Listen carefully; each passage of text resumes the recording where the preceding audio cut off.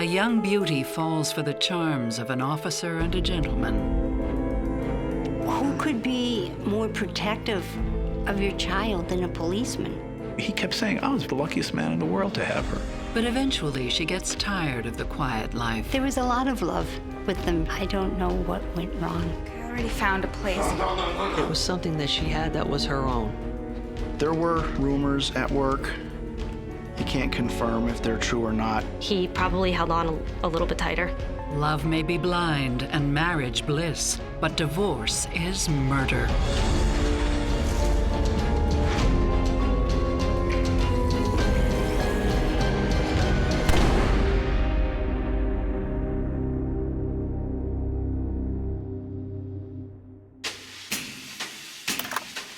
Wyoming, Pennsylvania is a quiet little town, and it's home to 18-year-old Carli Bitterman.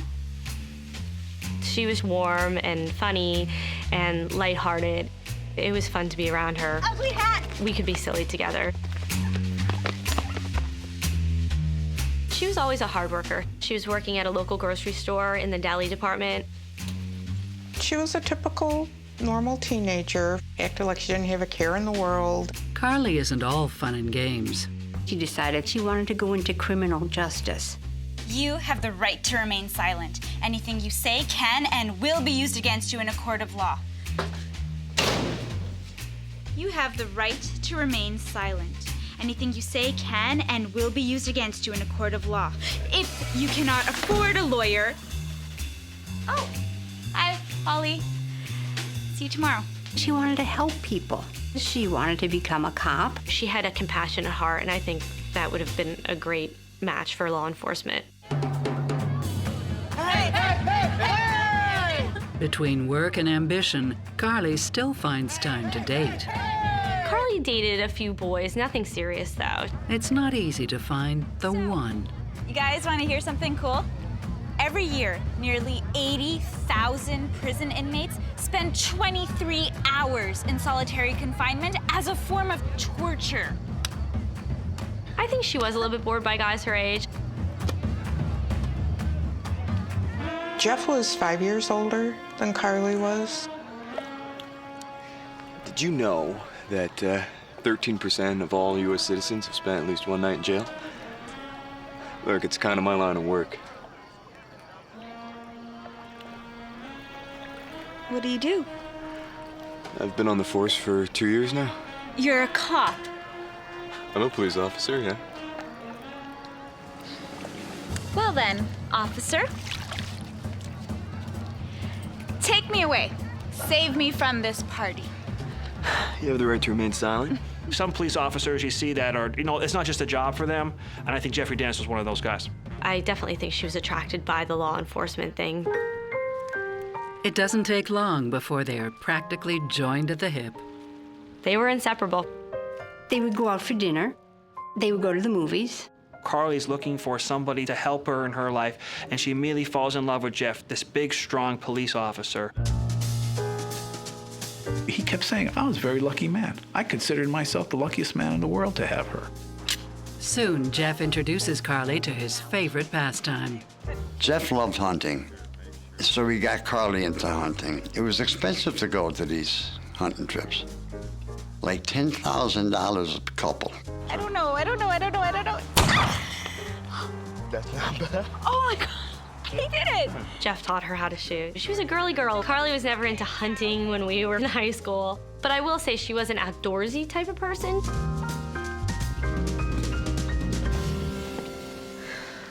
So, thank you for the ride, you big, handsome ossifer. Oh, my pleasure, man.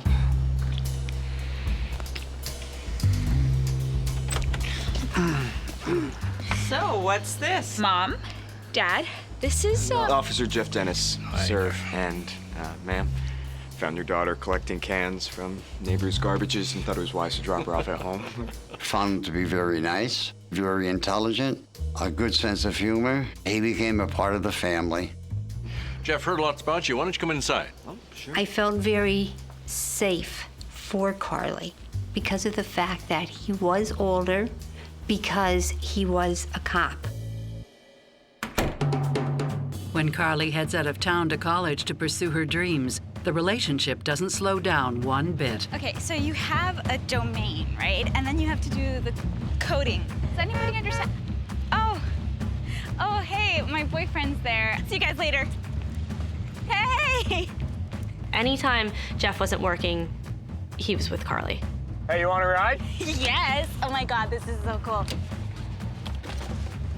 Hi. Jeff would come up to college to get Carli. He would take her around riding in the cruiser. Carli liked that. She thought that was cool. But even though Carli's love life is more than she could ever hope for, her academic life is less promising. There was one course that she had to take, one specific course, and she failed it the first time, and she failed it the second time. And that's the only course that she needed to finish to graduate. Carli was upset because Carli really wanted that degree. I'm not gonna take it again. Okay. Yeah, it's too embarrassing. I can't. God. What am I gonna do now? Listen.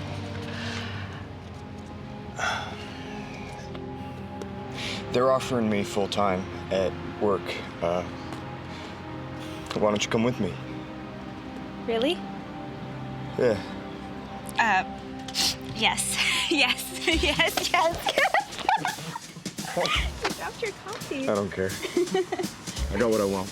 She was giving up on her dream. Jeff gets a job with the Dallas County Sheriff's Department 20 miles away, and Carli moves in with him. I was very happy that Carli was settling in with Jeff because I thought he was going to take care of her. Who could be more protective of your child than a policeman? The policemen are there to protect and serve. And who more so than that? Psychotherapist Stacy Kaiser and forensic psychologist Brian Russell are worried about Carli giving up on her career to be with the man of her dreams. I don't like that Carli dropped out of school to live with Jeff. I don't like it as a psychotherapist, and I don't like it as a mother. Because what it tells me is that this girl who had such a passion for her future has now tabled that to go be with someone else. And I worry that she's gonna grow resentful or depressed because of it. At 19 years old, she would be giving up a whole phase of life that most young women want to have, where they go to school and they do pursue a career and they do meet different people during that time. Because Jeff and Carli are at different developmental life stages, they're both going to need patience with each other. And at this point in their lives, Jeff is going to need to be patient as Carli goes through her process trying to figure out exactly what she's going to do for a living and how things are going to play out. 2 years into the relationship, Carli has no regrets. And the love is still burning hot. You're the best. I know. He was extremely loving. He showered her with love. You're the one that brings it out of me. Yeah.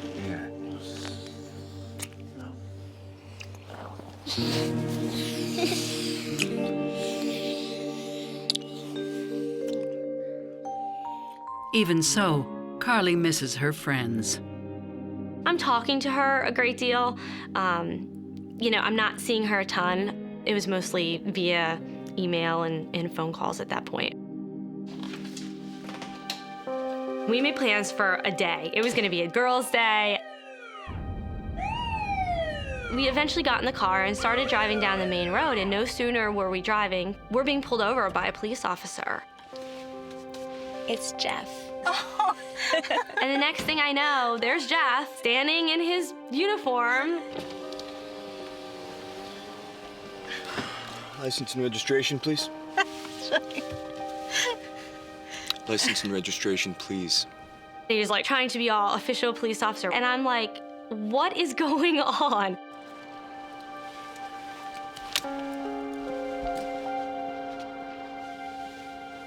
He's just kidding around.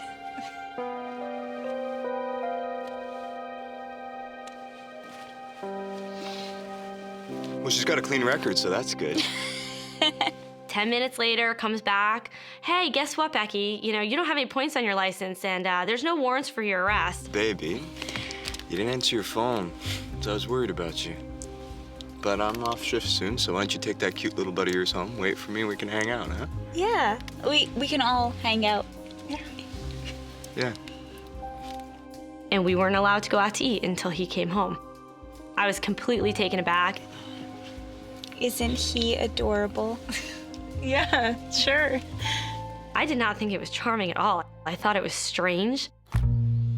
But to Carli, it's just proof of Jeff's love. And there's even more coming.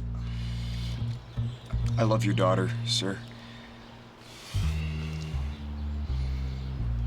It's a beautiful ring, Jeff. Jeff actually asked us if he could have our permission to marry Carli.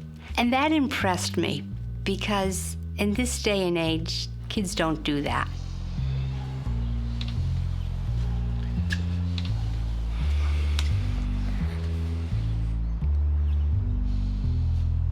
Welcome to the family, Jeff. 3 years after meeting him, Carli marries the man of her dreams. They just look so happy. She was excited for a new part of her life, a new journey. But there will be hurdles, and the journey grows dark and dangerous. Carli has given up on an awful lot. Jeffrey Dennis's world is completely rocked.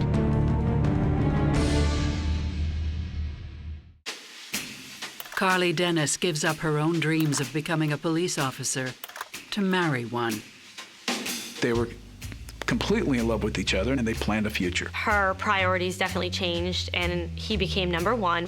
But a few years after they wed, Carli is getting restless. Carli has given up on an awful lot. Being a young newlywed, she should have been able to be going out, enjoying herself.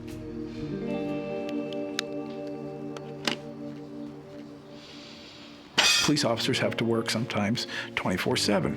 They have to go on different shifts. Carli yearns for another type of company.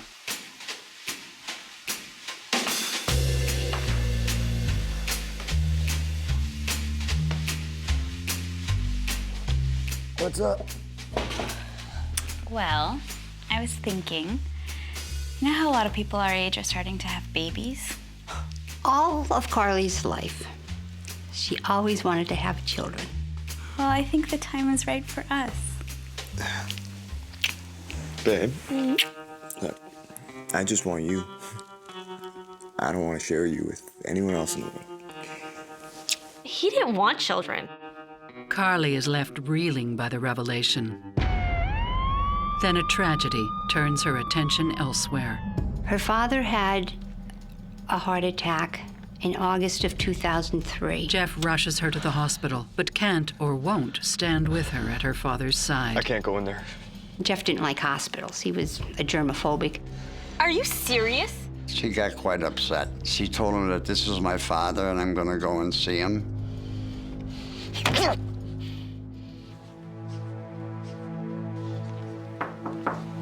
Hi, Dad. Sorry I'm late. So, I saw the doctor and he said the procedure went very well. Sorry. And I spoke to Mom and she said you're gonna be okay, you're gonna go home and you're just gonna work on your diet. Just give me a second, Dad. Carli said, I don't want to leave Jeff sitting down here by himself. It was like kind of childish.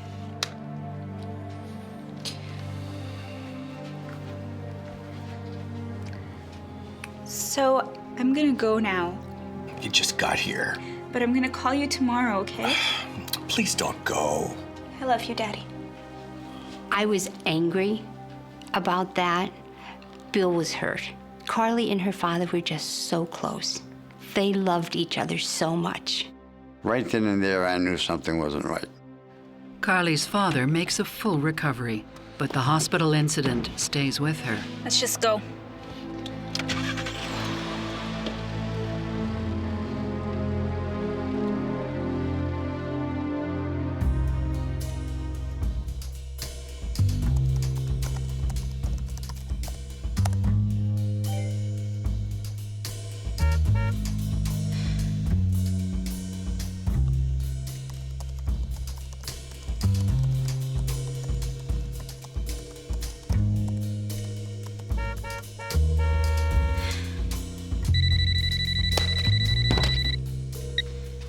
Jeff, I can see you. You don't need to call, too.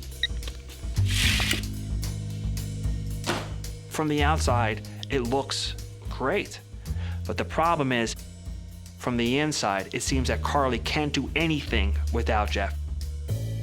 He took over everything because that's his style. Hold steady. All right, just hold steady. I know what I'm doing. They were involved in each other's life quite a bit, but it was his side that had to win.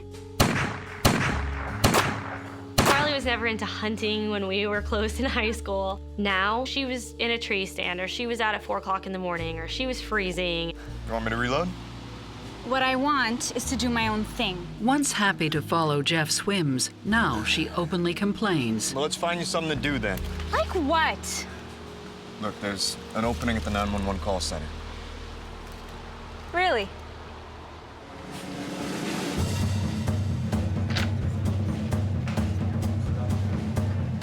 He got her the job at the 911 center. She was able to talk to people there. She was able to have fun. She could laugh. She could be herself there.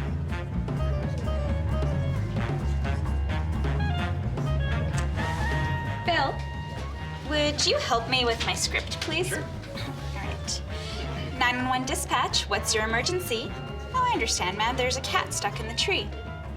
Oh, yes, I understand your neighbors are being too loud. What's that, sir? There's a gerbil in your...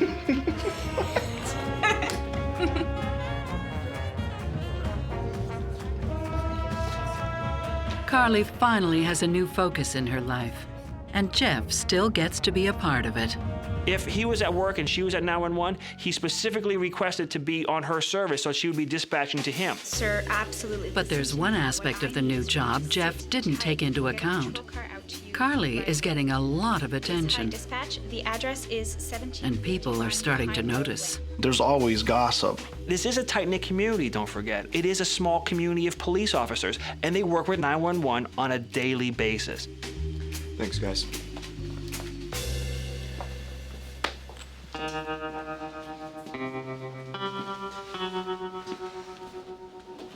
Jeff was very suspicious, and by nature, being a police officer, he wanted to know more. He wanted to learn more about what was going on.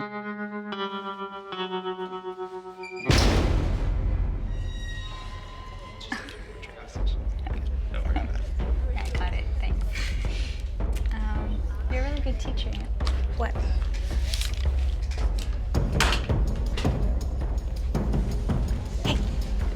What are you doing here? Never mind what I'm doing. What the hell are you doing? This is where I work. I don't like you talking to other guys like that. Hey, you have no right to come in here and talk to me like that. There's a standard in society how you handle things, and he was not shy about showing up at her work. I can talk to whoever I want to talk to. Come on, you can't be doing that. What the hell are you doing in the workplace like that? I would have to imagine it would be so embarrassing to have her husband coming to her job and fighting with her there. It caused stress and strain on the marriage, on the relationship. When a couple is fighting in public like Jeff and Carli are, what it says to me is they are either not even trying at this point to conceal that there are problems in the relationship, or worse, that they're unable to. I'm concerned that Jeff and Carli just had a public fight because Jeff does seem to be someone who's image conscious.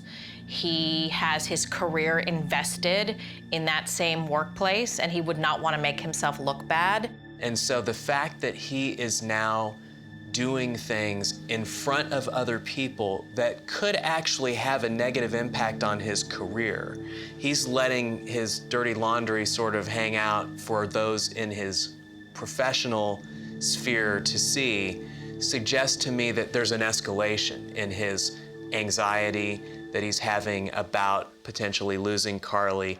Carli remains determined to enjoy her new gig and her new coworkers. It was apparent that she was a different person at that point. He probably held on a little bit tighter. She's crazy glued to the chair and she doesn't know what to do. And her students had put her there. It was like some prank. Sorry, I'm gonna take this. Yeah, Jeff, what is it? I don't know, the usual time. He always needed to know where she went, who she was with, what time you're coming back, give me a call. Where was I? It was this prank that they always do every year. Sorry. She wasn't allowed to function as a normal person because he had to know everything. Jeff Dennis would work night shift. He'd call her 10, 15 times during a shift and checking on her.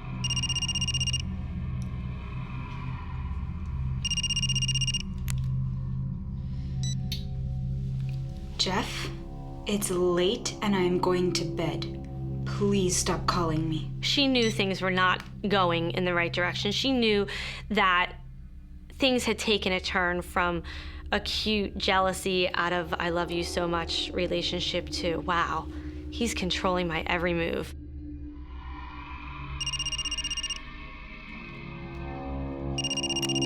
Stop calling me!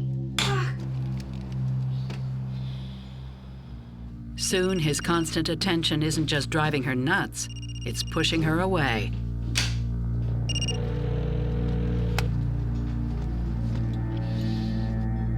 If Carli was asserting herself, I think it was the wrong way to go about it.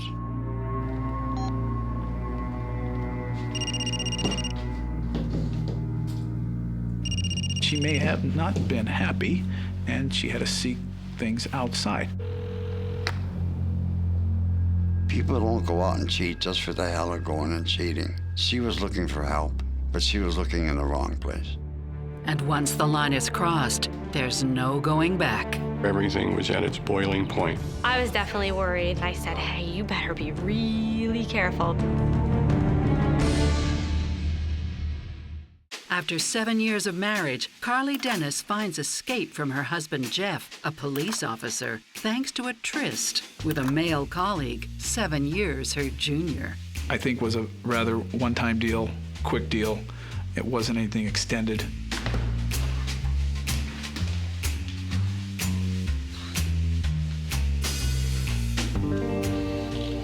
That was amazing, Carli. I think she needed that validation. She's just looking at her life. Hey, you know, wait a minute. I just look back at the last 10 years and I really haven't accomplished much. I need to go home. Yeah, sure, all right. Jeff doesn't know about the tryst, but he's suspicious that something is going on with someone. And yet again, he resolves to find out what and with whom. He went to her workplace. He talked to employees that she worked with and tried to get down to the bottom of it.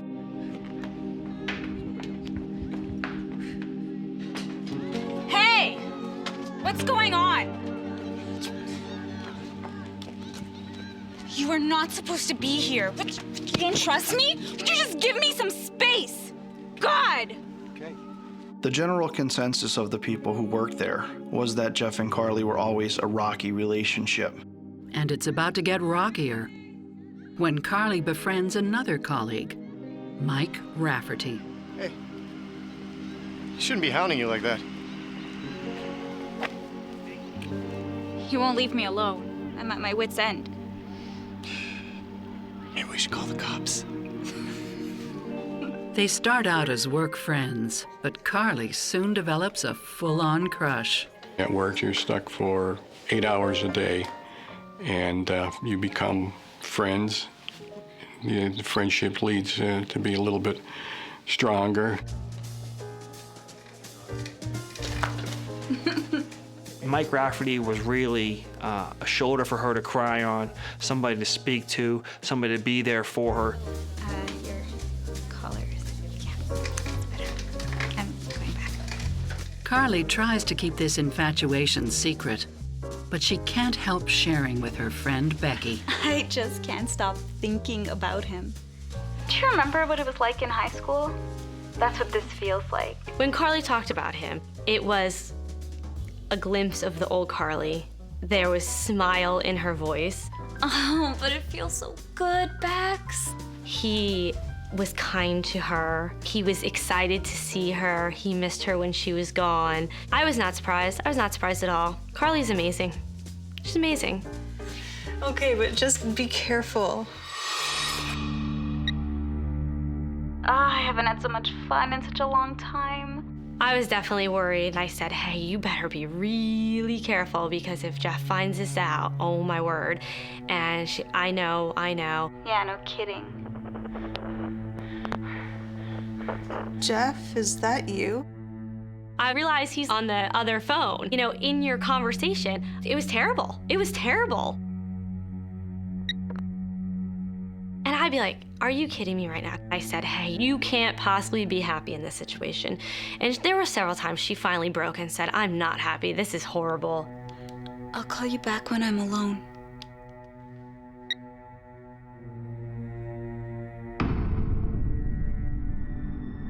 It sounds like Carli has clearly built up resentment towards Jeff. At the beginning of Jeff and Carli's relationship, I think she viewed his possessiveness and control as care and concern. And as things started to escalate with him and he started to get more controlling and more possessive, she began to feel like she couldn't breathe anymore. She's resentful, she's angry, she feels like she's been stifled, and all of that stuff is sort of exploding right now within her. I think that while it does not justify cheating, it is certainly understandable that Carli is trying now to recapture something that she had lost, and it seems like she feels justified in doing it. Jeff justified that for her by behaving in an over-the-top, absurdly controlling way that sort of gave her the pretext or gave her the excuse to kind of jab at him in this very deeply personal way. Carli and Mike's affair hits a fevered pitch.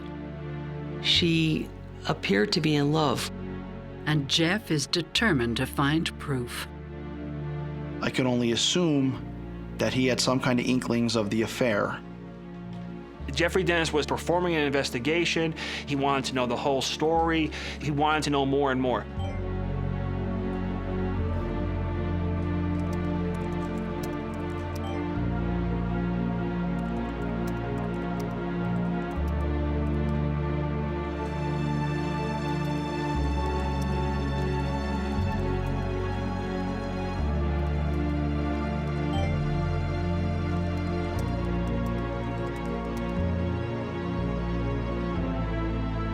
I don't know if he was fishing, pretending to be her, acting like I would say something to, you know, implicate she was planning something or doing something. It was just general conversation, and I think when he realized I wasn't going to give him anything, then maybe that's when he identified himself.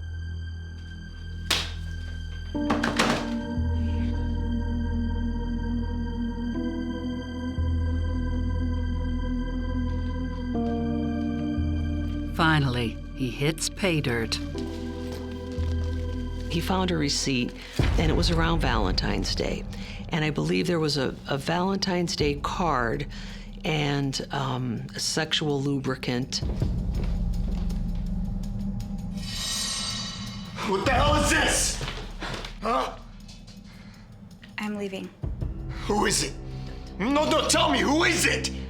Mike Rafferty. Mike, are you really that unhappy? Okay, I already found a place. No.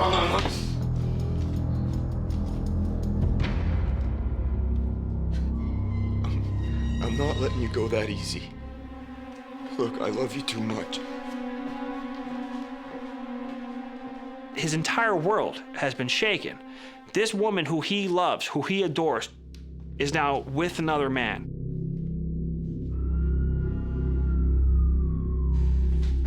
Baby, please don't leave me. Look, if you quit your job, we can start over. Just give me another chance. You owe me that. Carli faces an impossible choice. I can't give you what you want, Jeff. I honestly believe that she was really in love with Jeff. She really was. But she needed something more. And that's what was tearing her apart. She didn't know what to do. Maybe the answer is obvious. It looks like a cold-blooded murder. She wanted to just be free. After 11 years of marriage, Carli Dennis plans to leave her husband, Jeff. She wanted to be single and to be alone and to regain her independence.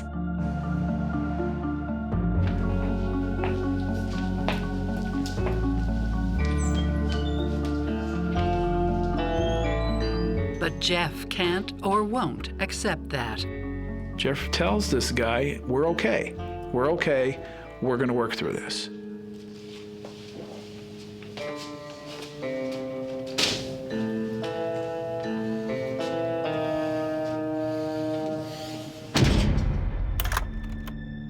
For a long time now, Jeff appears to have had a lot of anxiety about the possibility of losing Carli. So I would imagine at this point his anxiety is spiking off the chart. Jeff's having trouble letting Carli go because he has literally viewed her as a possession of his. And I think that he believes that they can still make a go of it and he can save face and they can stay together. It's very common when a marriage is on its last legs, like Jeff and Carli's seems to be, for one person to be in denial about it and still harbor hopes that somehow there's going to be this big reconciliation. Jeff goes home one morning after working the night shift, intent on convincing Carli to stay by his side.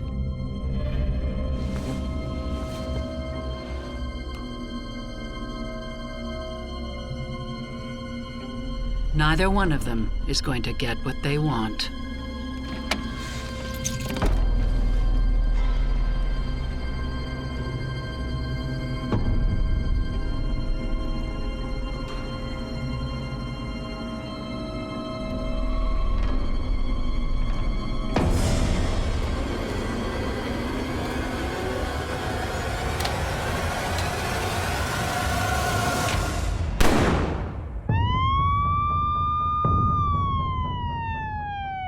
I was actually working the morning the 911 call came in.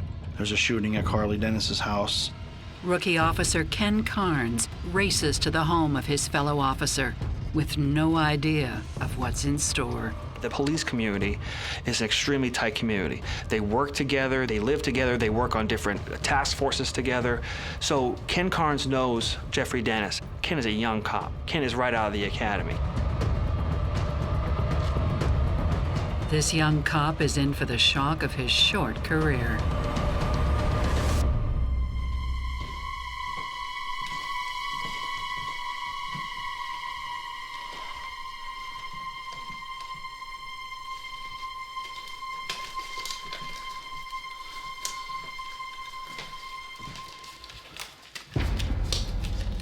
There was blood everywhere. On the bed, there was no headboard, so there was just a wall.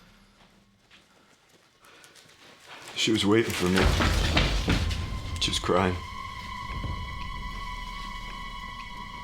She was holding on to the gun that we keep in the nightstand.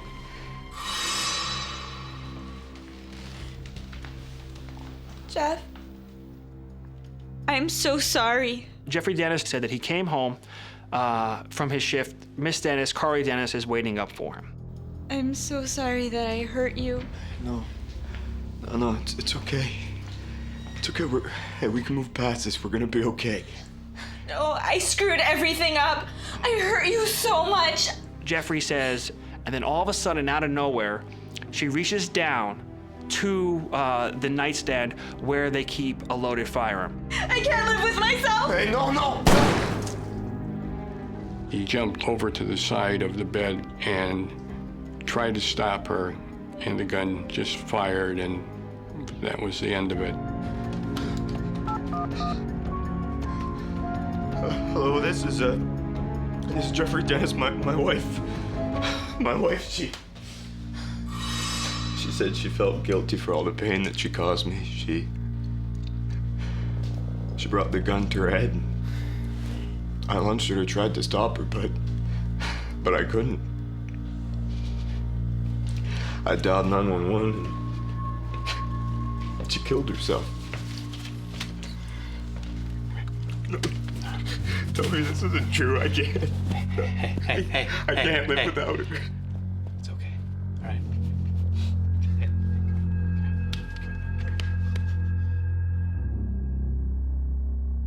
Bill and Sue Bitterman get the call every parent dreads. That's the day that my whole world just fell apart. And why would Carli kill herself? You know, when you're told something like that, your body just shuts down. You go into shock.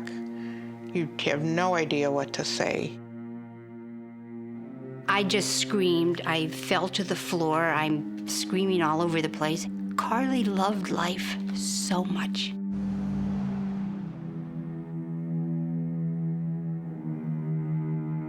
We just kind of dropped everything, like literally it was something out of a movie.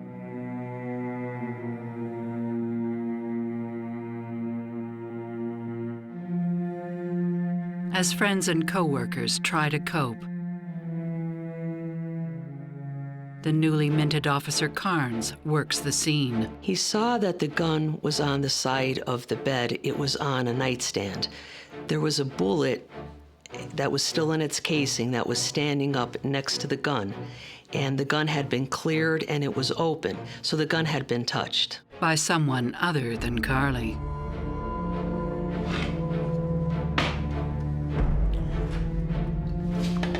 Did you move the gun? I don't know. I must have. I was on autopilot, I guess. My police instinct just took over. No!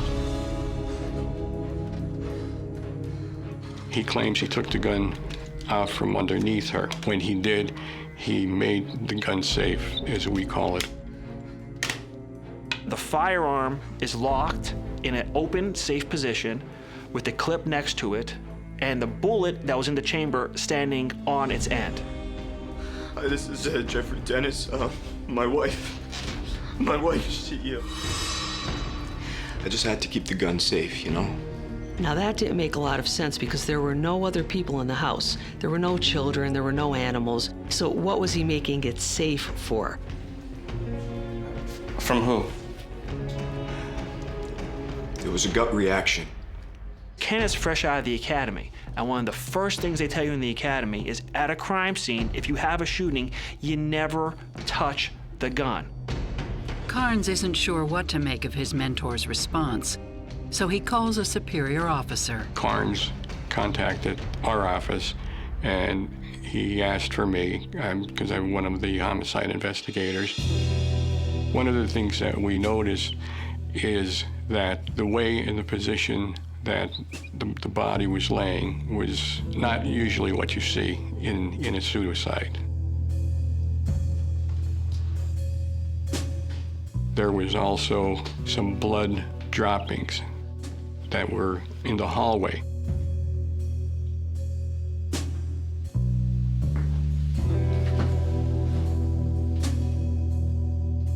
There was blood on the towel in the bathroom. That set off sirens in his head. He said his wife was having an affair? With who? As police work the scene, Detective Swarren gets wind of the rumors spreading around the sheriff's office. Rumors about Mike Rafferty. We were concerned about the 911 center, the person who was involved with Carli. We start putting together this puzzle very, very quickly. Jeff Dennis claims his wife Carli committed suicide because she was feeling guilty about her affair. But the evidence suggests something more sinister may have occurred.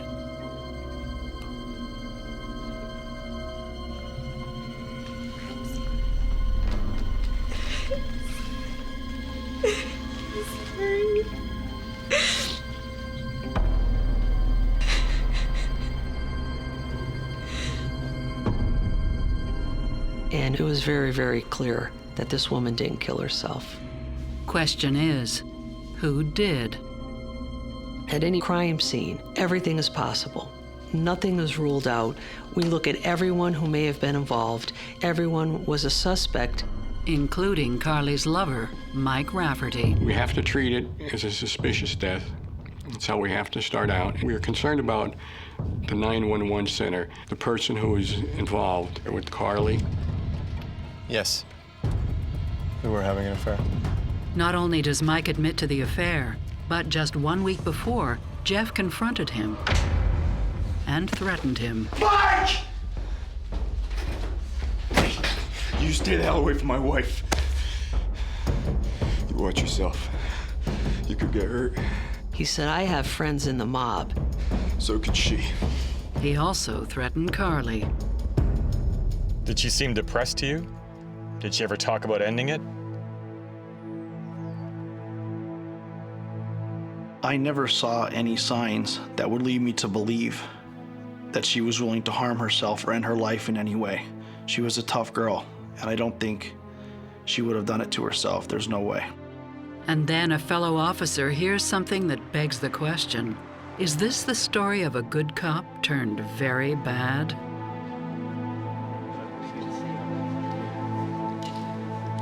The friend was going up to the casket to pay his respects, and he overheard. I told you wouldn't get away with this.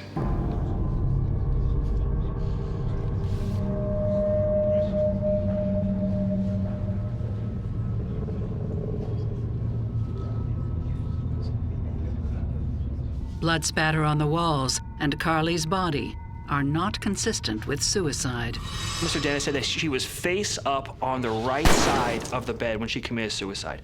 And she held the gun like this with her thumb in the trigger. And that she committed suicide and he lunged at her. But the forensics showed that that in no way, shape, or form could have happened. Our forensics showed through our blood spatter analysis that she was face down on the right side of the bed, likely sleeping. So somebody moved her before police or anybody got there. Well, only one person could have done that. It doesn't look like a suicide. It looks like a cold-blooded murder. A week after Carli's death, police are waiting for Jeff. What's up, guys? What are you doing? Hey, what the hell are you doing? He was saying I would never do that to my Carli, but he did. He was a cold-blooded killer. Look, I didn't kill her. It was a suicide. I'm one of you guys. You're not one of us. And they told him that he was under arrest for killing Carli. I love my wife. I love my wife. Come on. I'm one of you guys. Come on. Come on, you guys know me. On February 26th, we believe he made that decision to take her life because she was leaving him. On the day in question, he worked the night shift. He generally would go home right after the shift was over. He stayed at the police station much longer than usual. He wanted to make sure she was asleep when he got home. If he was going to say this was a suicide, he couldn't take the risk of her fighting back or of her moving. Maybe he had more courage to do it while she was in her sleep.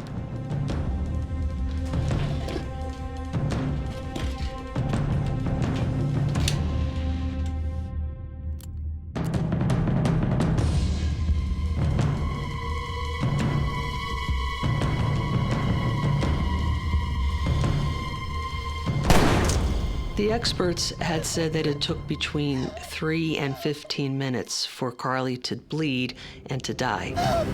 She was lying there suffering. She died a horrific death. Nobody deserves to die like that.